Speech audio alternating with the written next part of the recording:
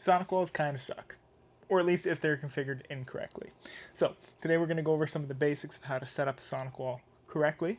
It's not going to be an extensive list of everything that you need to do, but just some of the basic configurations that you should be aware of. In this video, I am going to skip registration of the SonicWALL as the device I have is already registered, so we're not going to be doing that in this video. So if that's what you're looking for, I might be posting a video of that at a later date. That is important though, when you're following through this video, that the product should be licensed. If you don't have a licensed product, you're not going to have all your security features that you want, and if you're using, similar to I am, a TZ80, the device just won't work. It's very similar to some other products where it becomes almost just a useless brick if you don't have the licensing on it. So if you're aware, or if you've used some of the older SonicWALLs or some of the other series, the devices still work even without licensing. You just don't have your security features and some stuff like VPNs and whatnot. Those don't quite work the same, but they still work as a router and whatnot, but TZ80 doesn't work. So keep that in mind.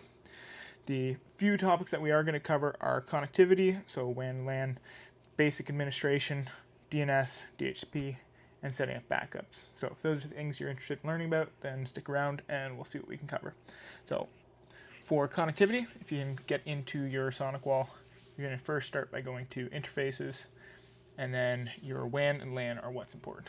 For your WAN configuration, I do have a video on how to set these WAN and LAN up a bit more extensively, but the basics that you need to know, your WAN needs to be set either to DHCP, if you're just going to be plugging it into your modem. Modem's not technically the right word. If your modem's acting as a router, you could just plug this thing in, get DHCP from it, and it'll come online. But most businesses don't necessarily want that. You want to be connecting to your modem and then using your device as the router, let's say, and getting a public IP address assigned. So you just need to be aware of how your internet provider set up. They could be doing DHCP, so then again you just set DHCP, plug it in, and away you go. Or it could be static or PPPoE. There's some other options, but those are the big three that generally get used. So just be aware of how your internet provider is set up and set it up the same way, and then you can connect.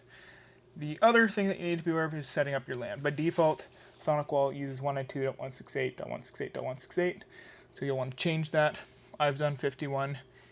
You can use any LAN subnet, so you don't want to use a public IP address as your LAN subnet, but if you're using anything within those classes, it should work fine. If you don't know what I'm talking about, just use 192.168.something. So it could be 1 up to 254, but use something within that range, and then you should be good. For administration, you can set it up however you like, but I generally set it up so I can administrate it locally, and then you have the SonicWALL remote management for remote management of the device, or enable HTTPS management on the WAN locked down to a specific IP address. So it can't just be accessed from anywhere. That would be a terrible idea. That's the basics of connectivity. One other thing that I would note is setting up failover and load balancing. We won't go over that in this video, but it is worthwhile to set up a failover WAN, so having a second WAN just set to DHCP.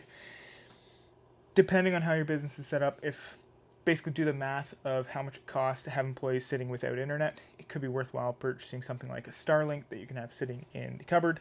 If you lose internet and it's going to be out for a number of days, then you can fire up your Starlink, plug it in, and away you go. You can use some other product, doesn't have to be Starlink, but something that can allow for probably like an LTE connection, or you can just have failover internet set up. Yeah. Do the math on how much it costs to have employees not working or without internet, and see if it's something that's worthwhile to set up. I generally recommend it, but again, it's up to you. Next, we're going to go to device. This will just be more of a basic administration of the SonicWALL. So you can set a name for the SonicWALL, and by default, you're logging in with the admin, and here you can set your password preferences. So when they need to be changed, security preferences, stuff like that. Again, this is really based on your organization's preferences. I'm not going to necessarily make any recommendations here, but set what you would like for your organization. And then under management, you can change your management port and a few other things. That's generally the big one that people change, is the management port. Reason for that makes it a little bit harder to guess. I think that's really the only main benefit that you get from it. So up to you if you want to do that. And then The other thing I should mention, you can change your password here as well. So don't leave it as password. That would be a terrible idea.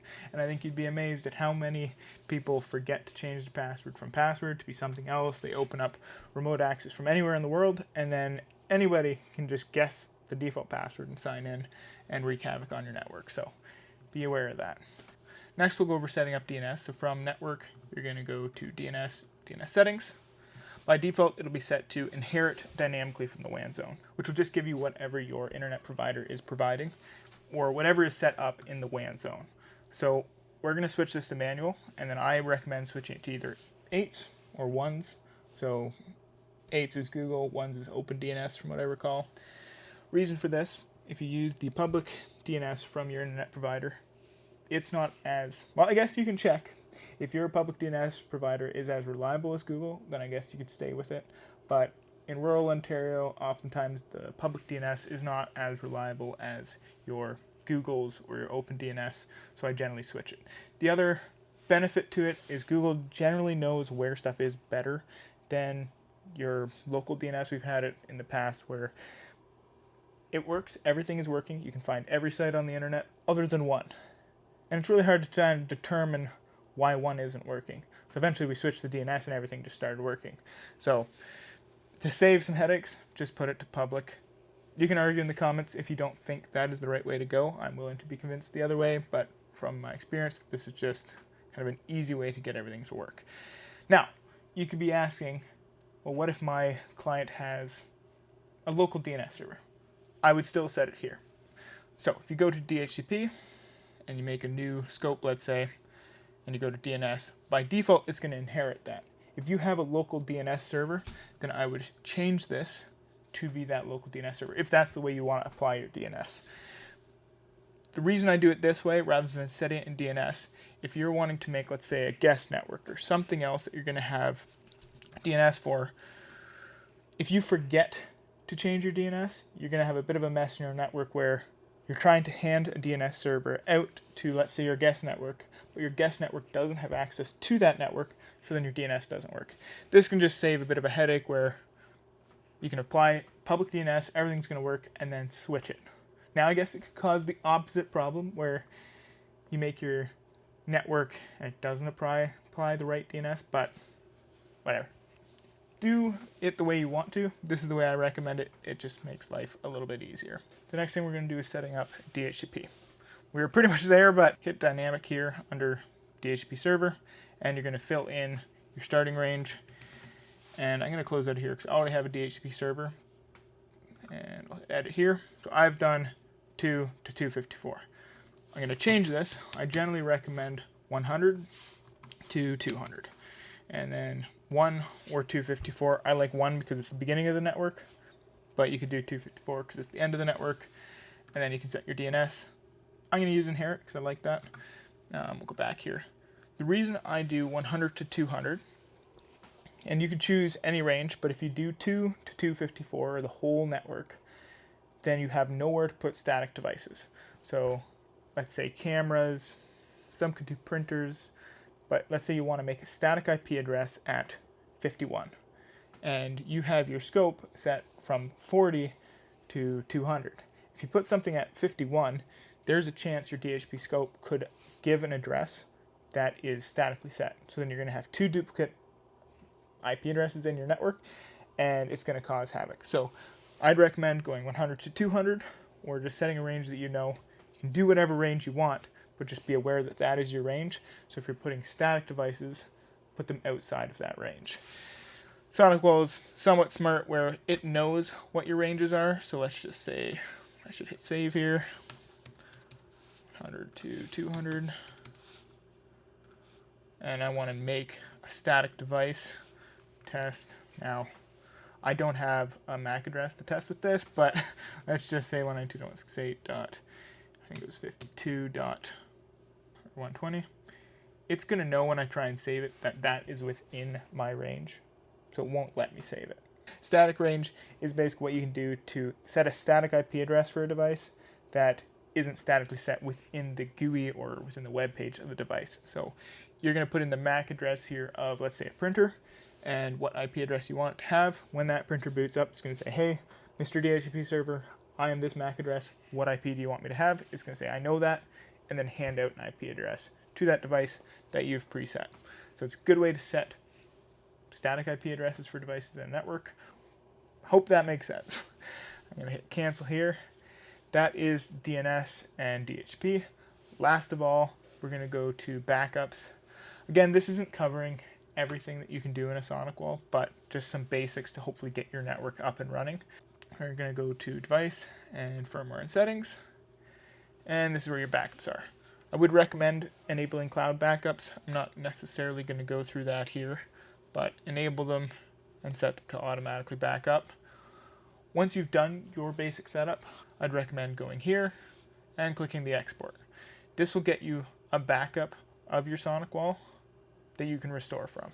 So once you've done any changes, and actually the best option, when you're doing an initial setup, I wouldn't recommend backing it up before you start because you're backing up nothing.